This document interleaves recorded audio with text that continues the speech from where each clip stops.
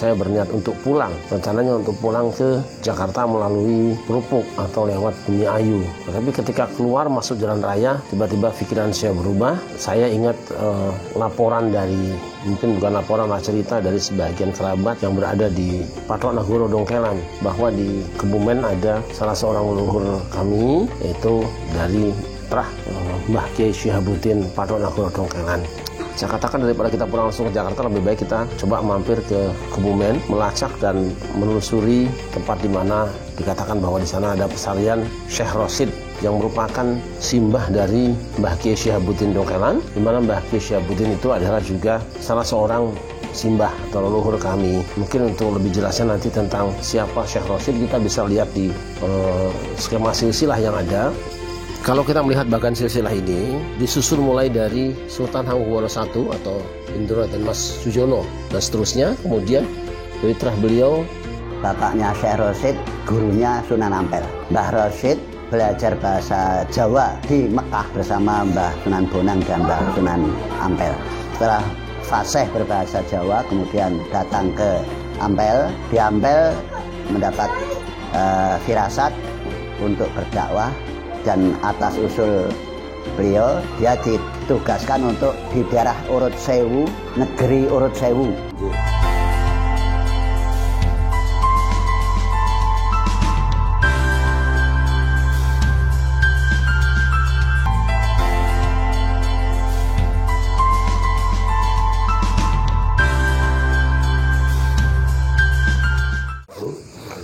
Buat pemirsa Pada Suka TV, bersama ini kami sedang bersama beliau Kiai kita, Kiai Haji Raden Syarif Rahmat RASU MA, yang malam hari ini bertepatan menampak tilas di Kebumen, Puring, sedang melakukan nampak tilas di makom beliau Syekh Rosid. Mungkin kita bisa mendapatkan penjelasan atau ular-ular dari beliau Kiai untuk bisa menjadikan bagian dari perjalanan yang perlu kita teladani. Monggo Pak Kiai untuk memberikan sedikit ulasan. Assalamualaikum warahmatullahi wabarakatuh. Teman-teman sekalian, alhamdulillah pada hari ini Rabu Wage ya? Rabu Kliwon, tanggal 21 September 2022, saya sampai di satu pekuburan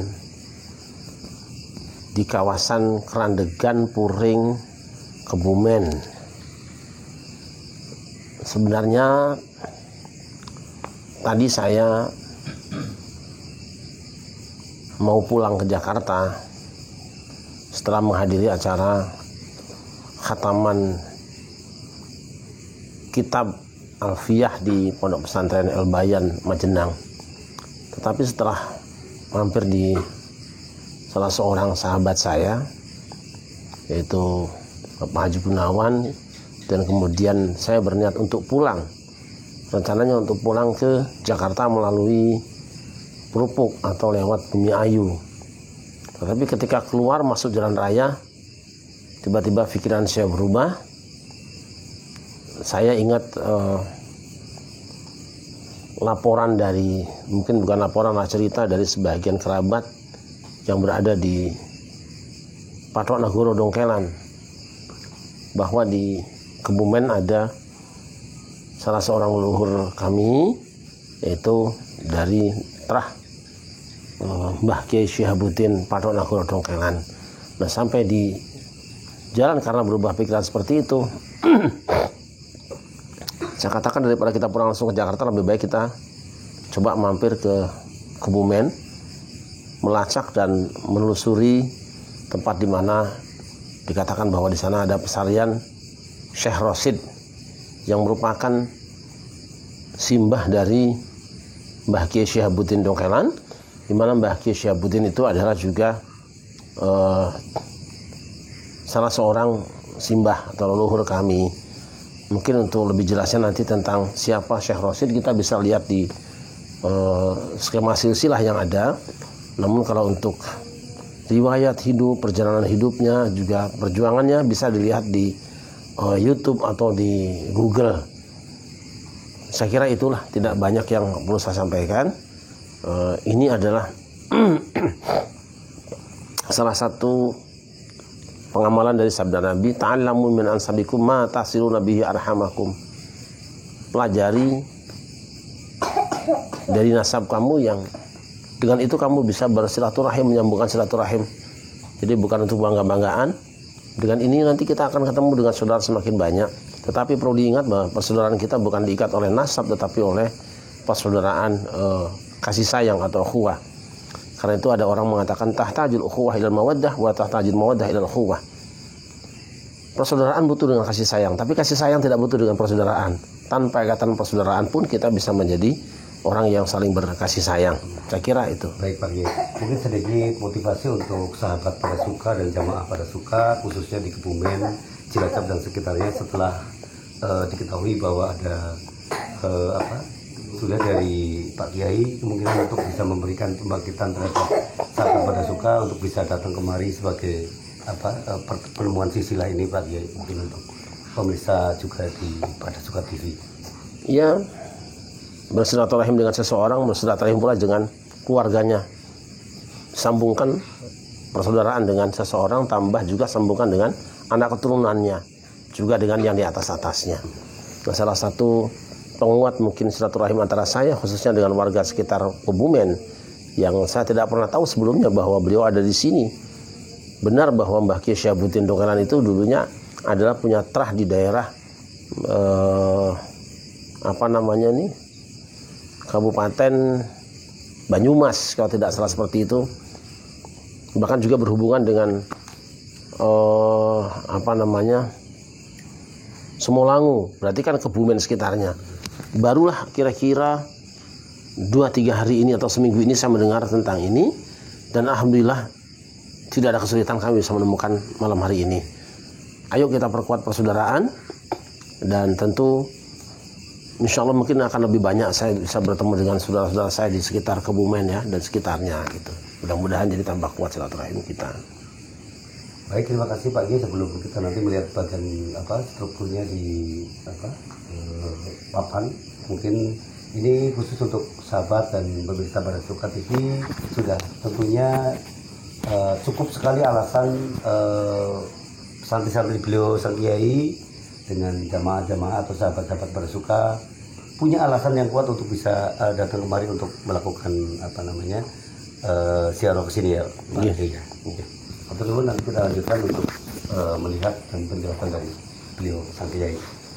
Monggo.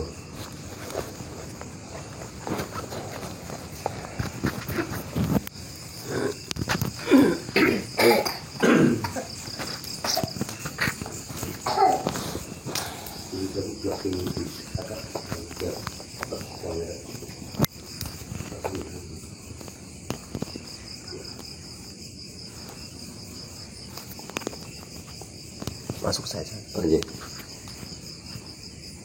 Dari sini Kak itunya. Apa ya? Baik, pemirsa pada suka TV dan sahabat pada suka, khususnya daerah Kebumen, Cilacap dan Banyumas Raya, kita bisa langsung mendapatkan penjelasan di mana di malam hari ini kita sudah berada di Makom Syekh Rosid. Monggo Pak Kiai memberikan ulasan untuk pemirsa pada suka TV dan jamaah atau sahabat pada suka Pak Kiai. Kalau kita melihat bagan silsilah ini disusun mulai dari Sultan Hamengkubuwono I atau Bendoro dan Mas Sujono dan seterusnya. Kemudian dari terah beliau, ini ada, ini Kiai Rosid ya, Kiai Rosid. Kemudian dari Kiai Rosid nanti menurunkan salah seorang leluhur kami yaitu Mbah Kiai Syihabuddin yang jadi patok Nagoro itu, Dongkelan ya. Kemudian dari Dongkelan itu nanti salah satunya ini para putra Mbah Kiai Syihabuddin. Salah satunya adalah Nyai Abdul Rauf. Nyai Abdul Rauf ini adalah istri dari Syekh Abdul Rauf simbah buyut saya yang ada di Wonokromo. Nah, nanti di sininya 4. Saya kira tidak harus, saya salah nyebut, seharusnya jangan nyebut ya. Nanti sayanya dibuang aja deh. Syekh Abdul Rauf yang kemudian menjadi tokoh ulama, mursyid Thariqah Syatoriyah di Yogyakarta, dan kuburannya ada di samping Masjid Taqwa Wonokromo. Jadi kalau Mbah Kiai Syihabuddin itu Patok Nagoro Dongkelan, nanti Mbah Kiai Abdul Rauf itu Patok Nagoro Wonokromo. Jadi Patok Nagara. Wajar karena di samping mereka memang juga para pejuang dan ulama, nampaknya juga masih ada kaitan dengan dari keraton Mataram. Ya itu. Tapi saya ingin malam ini kalau mungkin saya coba akan kontak dengan tokoh kiai sini, yaitu Romo Kiai Haji Amin Rosyid, yang merupakan tokoh yang paling tahu sejarah ini, juga sekaligus masih ada terah dengan beliau. Kita akan coba hubungi.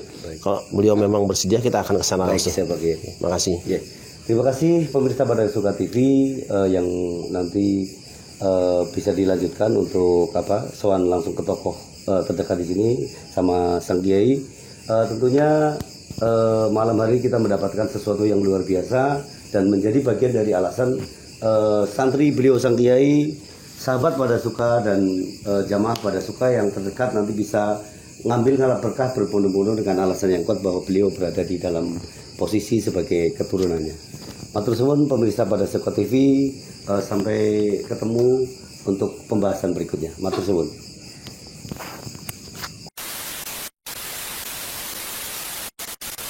Assalamualaikum warahmatullahi wabarakatuh. Waalaikumsalam. Kembali pemirsa Pada Suka TV, malam hari ini bersama acara Jejak Sang Kiai bersama beliau Pak Kiai Raden Syarif Rahmat RAS UMA, pengasuh Pondok Pesantren Ummul Qura Jakarta. Malam hari ini kita berkesempatan berada di Pondok Pesantren Al Istiqomah. Beliau bareng Mbah Kiai Amin Rosyid ya. Amin Rosyid. Malam hari ini kita akan berbincang mengenai terahnya Syekh Rosyid yang berada di Kebumen. Tepatnya Desa Kerandegan, Kecamatan Puring, Kabupaten Kebumen, Jawa Tengah. Sedikit saya minta penjelasan dari Romo Kiai yang nantinya mungkin tentu akan disambung oleh beliau Sang Kiai, karena malam hari ini kita spesial Jejak Sang Kiai bareng spesial pertemuan pertama. Anjir. Iya. Sakbuyut. Jangan lupa di acara Jejak Sang Kiai bareng beliau Kiai Raden Syarif Rahmat yang malam hari ini pertemuan pertama, jejak pertama yang tentunya sangat menarik ketika kita nanti mendapatkan penjelasan. Untuk penjelasan pertama mungkin dari Romo Kiai Amin Rosyid bisa memberikan sedikit ulasan urutan-urutan dari Syekh Rosyid. Monggo. Terima kasih, berbangga dan berbahagia malam ini kedatangan saudara kandung. Saudara kandung. Saya merasa amat senang sekali bahwa malam ini saya bisa memberikan penjelasan tentang Mbah Rosyid. Mbah Rosyid, beliau itu orang Arab. Bapaknya Syekh Rosyid, gurunya Sunan Ampel. Mbah Rosyid belajar bahasa Jawa di Mekah bersama Mbah Sunan Bonang dan Mbah Sunan Ampel. Setelah fasih berbahasa Jawa, kemudian datang ke Ampel. Di Ampel mendapat firasat untuk berdakwah, dan atas usul beliau dia ditugaskan untuk di daerah Urut Sewu, negeri Urut Sewu, yaitu pesisir selatan, dari Jogja sampai Cilacap. Jogja sampai Cilacap itu istilahnya di negari Urut Sewu. Baik. Tapi sampai di Begelen itu dulu ya ini daerah Kebumen Selatan. Kebumen Selatan. Dari Mirit, Brembun, Mirit, Ambal, Bulus Pesantren, Klirong, Petanahan, Kuring. Ya, yang terkenal sekarang di Jalan Dendeles ya kalau nggak salah. Nah, betul, Dendeles. Ya. Selatan. Selatan. Dalam perjalanan dakwahnya sampai di desa Petanahan. Pedukuhan Demung. Okay. Beliau sedang mengajar biasa ngaji dengan jamaahnya. Ada informasi bahwa Mbah Banyak Gumarang anak putrinya itu sakit bertahun-tahun. Akhirnya menyelenggarakan sayembara. Mbah Banyak Gumarang berada di Juroma, di Gombong itu. Kadipaten Juroma. Akhirnya Mbah Rosid sedang mengajar di musola itu, dapat saudara saiki komporan ya, dipanas-panasi kon melu ngobati anak wedoke Mbah Banyak Gumarang gitu. Ini cerita orang lingkungan Petanahan itu. Dan saya waktu itu mendapat cerita itu setelah saya sekitar 12 tahun mengajar di musolanya Mbah Rosid. Akhirnya Mbah Rosid tidak bisa mengobati, cuma wah ini saya punya air di bumbung, saya sudah kasih doa, tolong diminumkan. Sore minum, paginya bisa bangun. Akhirnya Mbah Banyak Gumarang, iki sapa kuwi sing bisa nambah niki kon rene kudu nikah karo anakku wedok. Akhirnya setelah mau dinikahkan, Mbah Rosid sempat bertanya, loh panjenengan sudah Islam belum? Wah aku Islam, aku ya Islam. Nek sampun nggih saniki tajdidul Islam, baca syahadat resminya dinikahkan. Lalu Mbah Rosid diperintahkan oleh Mbah Banyak Gumarang sebagai menantu, wis awakmu nang Kadipaten Kaleng kono nyiar ke agama dan sebagainya. Tapi lama-lama Mbah Banyak Gumarang itu akhirnya malah justru ngaji karo mantune. Syekh Rosid itu ya? Iya, jadi Mbah Banyak Gumarang ngaji dengan Mbah Rosid. Akhirnya Mbah Banyak Gumarang itu jadi betul-betul kiai. Karena banyak zikir, lalu dia bertempat di desa namanya Ngrenggeng. Iya. Kebumen ya, Gombong. Kemit. Nah di Ngrenggeng ini mengapa disebut Ngrenggeng? Karena Mbah Banyak Gumarang kalau zikir itu gemreng-gemreng. Itu namanya Mbah Banyak Gumarang. Mbah Banyak Gumarang. Itu berawal dari karena beliau ngaji torekohnya kepada menantunya Mbah Rosid. Yang kita kenal sekarang adalah Syekh Rosid ya. Syekh Rosid ya. Nah dari itu Mbah Rosid punya anak dan seterusnya itu yang ada dalam silsilah. Itu saja. Baik. Sementara Syekh Rosid aslinya begitu. Baik. Seperti itu tadi pemirsa Pada Suka TV, sahabat Pada Suka dan jamaah Pada Suka sudah dikasih penjelasan dari Romo Kiai. Tentunya ini kita juga perlu diperjelas karena ini Sang Kiai pertemuan pertama ya.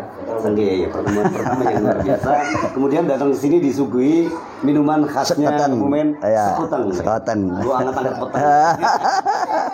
Penghangat perut ya.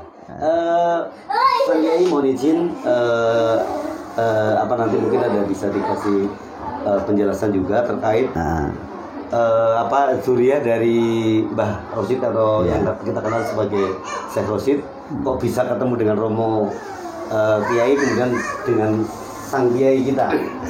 Ya ini mungkin bisa dikasih penjelasan sejauh apa dan sedekat apa urutan-urutannya, monggo. Mungkin dari sang Kiai dulu. Sebenarnya saya sudah punya buku ini dan nama-nama yang disebut itu sudah ada. Ini silsilah dari Bengkelan. Cuma kita kan tidak pernah berpikir banyak, karena bagi saya orang itu bil adab la bin nasab. Nah, pada hari Sabtu kemarin saya datang ke Kerapia Jogja ngunduh mantu karena anak saya menikah dengan Kerapia Mbah Munawir ya. Jadi Mbah Munawir. Iya. Anak saya menikah dengan buyutnya Mbah Munawir. Pulang dari sana kemudian kami ziarah ke Dongkelan biasa ke Patok Nagoro ke Mbah Kiai Syihabuddin, lalu lanjut ke Wonokromo. Nah, ketika pulang dari sana ke Jakarta tiba-tiba ada pembicaraan di grup Patok Nagoro tentang Syekh Rosid. Saya tanya hubungannya apa Syekh Rosid dengan? Loh, itu lah simbahnya Mbah Kiai Syihabuddin. Oh, nah sudah kita lupakan sementara. Karena hari tadi itu ada khataman, jadi teman saya dulu ketua DPRD Ciamis itu punya anak, dia sudah wafat, suami istri, jadi anaknya rumongso mau jadi anak saya lah, gewes jadi anak saya aja. Saya merasa udah anak sendiri. Ketika khataman saya datang ke sana. Nah, mau pulang ke Jakarta itu pikiran saya tadi kita pulangnya lewat ke anu aja, lewat Wangon kiri, kemudian ke Bumiayu, Jagan. Tapi ketika keluar ke jalan raya, pikiran berubah. Kenapa aku nggak ke Kebumen aja? Saya ngobrol dengan teman-teman. Berapa jam ke sana ke anu Ahmad ini? Ya 3 jam lah kata Mas Samir. Capek nggak, lelah nggak, ngantuk nggak? Aku pengen ke sana. Di Wangon sudah belok kiri karena saya lihat, wah masih jauh nih. Tapi tanya lagi masih kira-kira semangat terus apa enggak? Nah, terus aja udah balik lagi. Itu sudah belok kiri kita, balik lagi. Nah, udah nyantai lah jalan. Akhirnya sampailah di Sarian Mbah Rosid, Syekh Rosid. Saya lihat-lihat di buku memang ada nama beliau di kitab silsilah saya. Jadi setelah kita lihat, memang saya sudah lama mendengar bahwa Mbah Syihabuddin itu terahnya dari daerah sini, Banyumas. Ya, Banyumas. Bahkan nyambung-nyambung entah perguruan atau apa dengan Semolangu. Itu sempat berhubungan perguruan kalau tidak salah itu Mbah Syihabuddin gitu.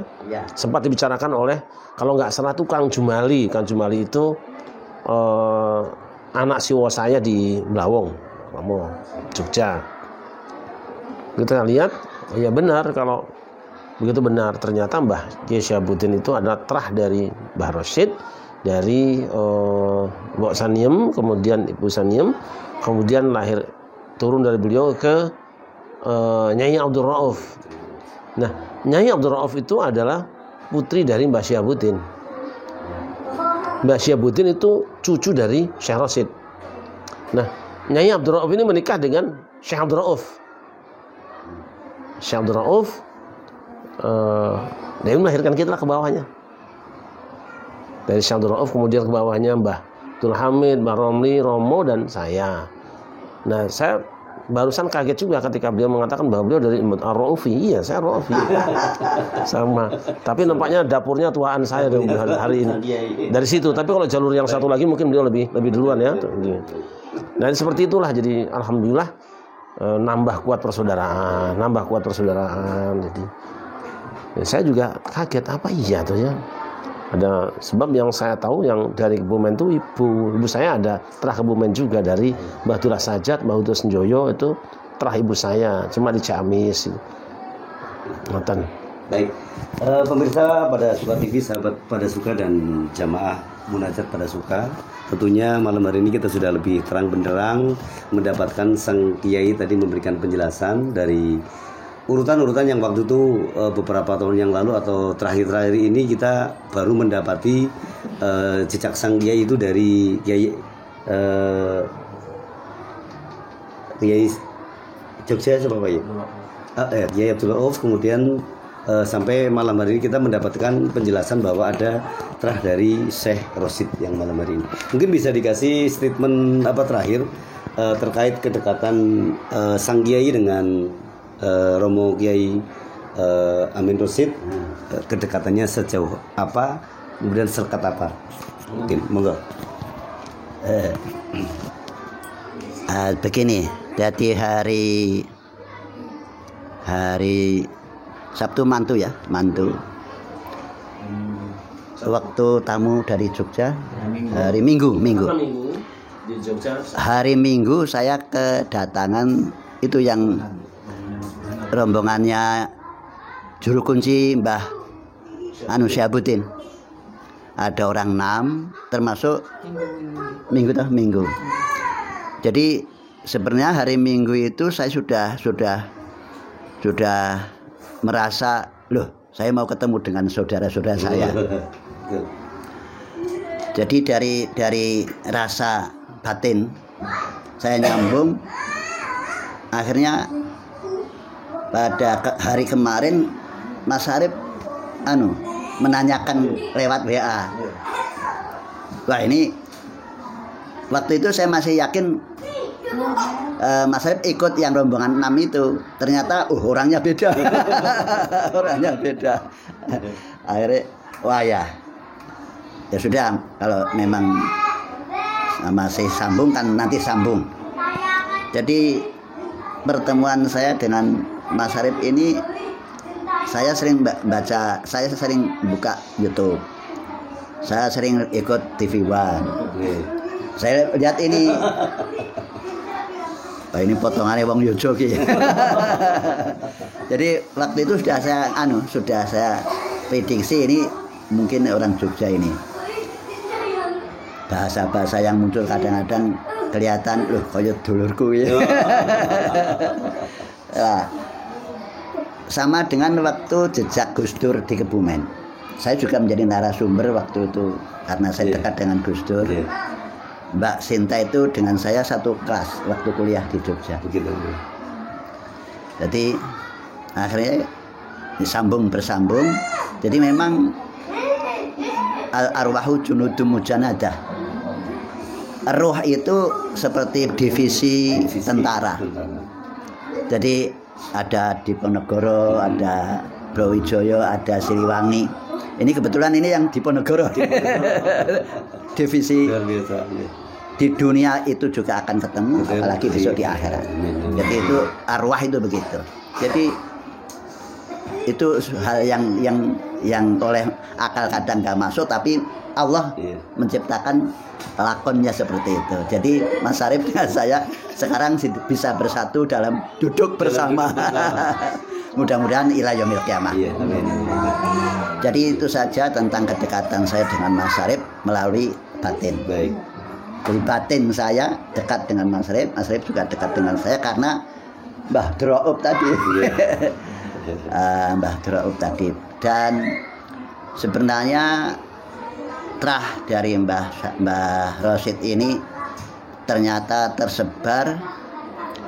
Di sini juga ada sebuah perkumpulan dari orang-orang Kebumen yang menyatakan bahwa mereka juga telah Mbah Syahabuddin. Tetapi pada saat mereka menjalankan usaha pertemuan, saya tidak senangnya itu terlalu jauh, tidak dari Mbah Syahabuddinnya tapi dari Brawijayanya. Wah, kejauhan, saya terima mundur.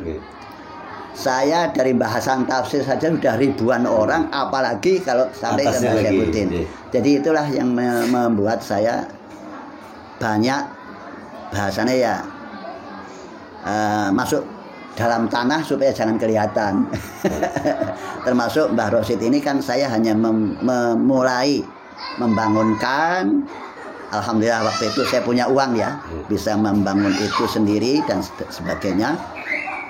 Tukangnya mereka dari orang-orang lingkungannya, sehingga sekarang saya cuma tinggal gambarnya saja di sana, tapi saya hanya waktu-waktu tertentu, terutama haul, saya menjadi pelopor dan pembiaya dan sebagainya dari haul-haul tersebut. Yang kemarin mendatangkan Habib Lutfi tetapi gagal juga termasuk sejarah bagaimana saya angslup di bumi. Jangan sampai kelihatan saya itu terah Mbah Rosid. Itu saja. Haulnya itu setiap Muharram. Setiap Muharram. Setiap tahun. Cuma nanti ganep ganjil. Kalau ganjil agak gede, kalau ganep agak kecil. Kalau ganep sederhana, kalau ganjil agak dibesarkan. Itu saja. Jadi sudah haulnya sudah sejak 91. 91. Baik. Baik pemirsa Pada Suka TV, sahabat Pada Suka dan sahabat Sang Kiai, tentunya sangat menarik dari penjelasan yang kita dengarkan bersama, yang sebelumnya diawali dari Mbah Kiai Abdul Rauf dan Mbah Kiai Syihabuddin, kemudian mencapai titik puncak ketemu dengan istilahnya Syekh Rosid ya, Sang Kiai. Tentunya sangat menarik, ini adalah menjadi bagian dari pertemuan yang luar biasa antara Sang Kiai kita bersama Romo Kiai Amin Rosid yang ternyata adalah keturunan Dari Mbah Syihabuddin. Mbah Syihabuddin dan Abdul Rauf Romo Kiai. Itu saja, mungkin ada statement lain Pak Romo Kiai kali Sang Kiai. Mulai sudah cukup. Ya, cukup. Terima kasih pemirsa Pada Suka TV dan sahabat Pada Suka, dan juga sahabat Sang Kiai.